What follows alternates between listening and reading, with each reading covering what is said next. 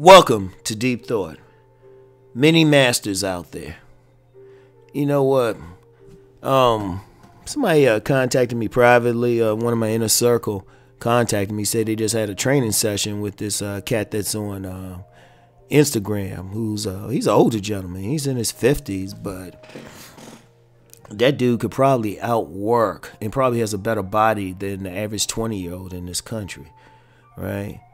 And this dude, he does workouts, he does workout videos, and some motivational stuff as well. And he also does stuff on nutrition. Powerful brother. I'm gonna reach out to him one day, right? And I was just thinking, we live in a great time as far as knowledge nowadays, right? We live in a great time. Reason why I say that, you got so many masters. You got so many. I mean, regardless of what you want to do, physical, mental, whatever. I mean, you have researchers. You have researchers out there that can tell you all types of information. And yes, I will call them masters because they mastered it, looking for information. As a researcher myself, and as somebody who's been professionally trained to be a researcher, I can tell you that's a serious discipline. Because the thing is, especially if you're digging for information, it's not a surface thing or even something that you do through, it's not even something you do just, you speak a few words into your phone or something and it pulls up something. It's deeper than doing some search on Google. Though Google is a good tool, because if you're doing some serious, real true to the game research is digging into stuff. At some point you may have to locate some books that haven't been like transcribed onto the internet or something and read through them, right? Because the understanding research, and this is why I say that is a mastery, and this video ain't just about research, but then if you go through any book, one of the things I do when I read a book, I look at the footnotes.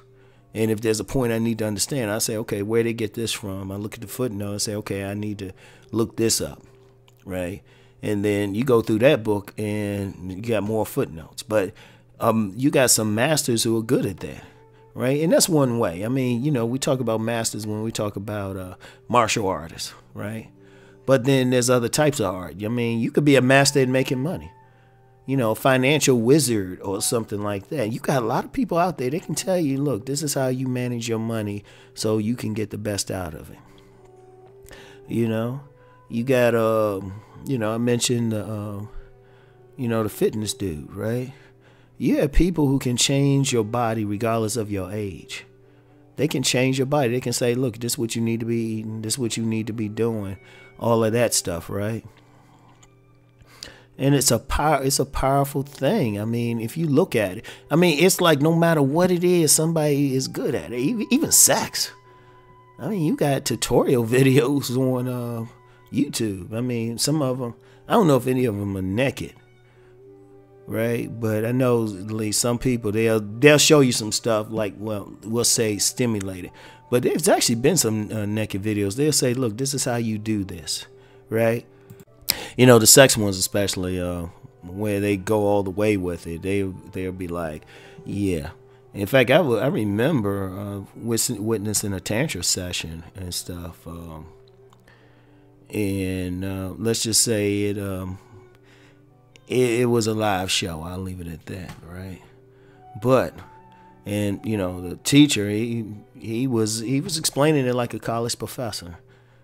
But my point is, my point, there are so many out there, and this is actually a great time to learn anything. That's why I say anybody, if they want to learn something or find out about something, it's there for them.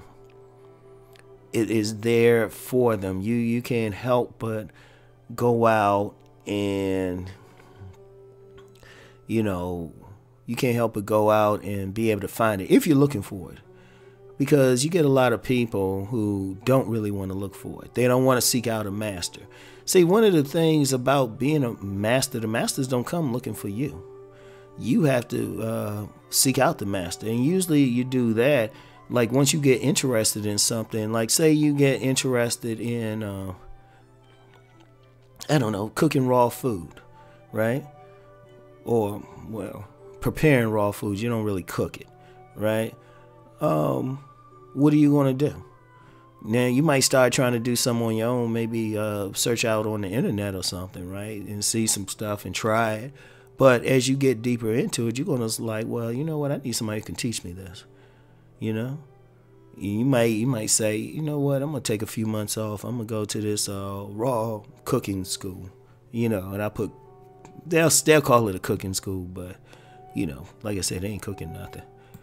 And you'll seek it out, and that's with anything. I mean, it could be regular chef or something. You know, these chefs they really masters this stuff.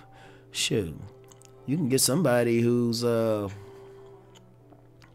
you could actually get somebody who's actually a whatchamacallit, what is that? They master cleaner or something. You can get somebody to say, hey, you know what? This is how you clean stuff and it stays clean. In fact, I think you have some domestic goddesses like that. They tell you how to clean something okay, right? I mean, it's really incredible. It's exciting, right? You know, it's exciting because and somebody, you know what is interesting? You could have somebody who's right now mastering something obscure that we can't even conceive of. Like they just like punching away at it and they just dealing with it. There's no industry for it or anything, right? But, and there's a big but here, it might get to a point, something might happen, and there might be, and I think I talked about horizons before, right? And just real quick, a horizon is this. An environment is created where someone with a particular skill set can excel. The best example I would use is that of basketball. You know, it's basketball season now, especially my favorite college basketball season, right? But if Dr. James Naismith never invented basketball, you would have a lot of tall dudes, and really it would have a lot of the landscape would change, because you think about how much money not just basketball players make, but anybody associated with it, the whole sports industry. Nike would still probably be just a running company. It'd be like some obscure shoe company or something, right? But in order for all that to happen, somebody had to invent the sport. So somebody might come up with some type of platform, something invented, and then somebody else might be the one who knows how to really exploit it. You know, really use it to do whatever they do, right? And you know what? I need to talk. I've talked about horizons before. Maybe I'll talk about it again in the next one. Yeah, I'm going to talk about it again. I mean, I know it was probably a repeat, but I think I talked about horizons like early, but that's a very important concept, right? But anyway, you have people mastering different things and stuff, right? So anyway, that's it. And you know what? Let me before I end this, right? Let me give y'all one thing to think about. Now, I know a lot of people, they listen to what I have to say. I don't know if you listen for entertainment. I don't know if you listen for knowledge, whatever. You might consider me a master or not. But in this case, I'm irrelevant. And I'm saying this to the audience, to y'all listening. Think about the skills you had. Develop them. You're probably a master. I think I probably have a lot of masters listening to me in something, no matter how obscure. It could be a master at sewing. Seriously, you might be a male or female who know how to sew stuff. You never know when that's going to really come back into vogue. Like, you hard pressed to find a good sewing machine now, but it might be a case where, I don't know, maybe some economic collapse or something, which it would never be no Mad Max thing, but it might be a case where people can't buy clothes as much. And they might have to say, you know what, it's actually cheaper to just get a pattern and pay somebody to like sew something up. You never know. So somebody who's really good at sewing clothes together, you know, that might come back in vogue or something. Or making tailored suits or something. Or, taking a bunch of clothes and mixing and matching them or something. But, whatever the case, I want everyone listening to look at yourself, figure out what you can master, all right? So anyway, I'll get back with you. I'll talk to you later. Peace and blessings.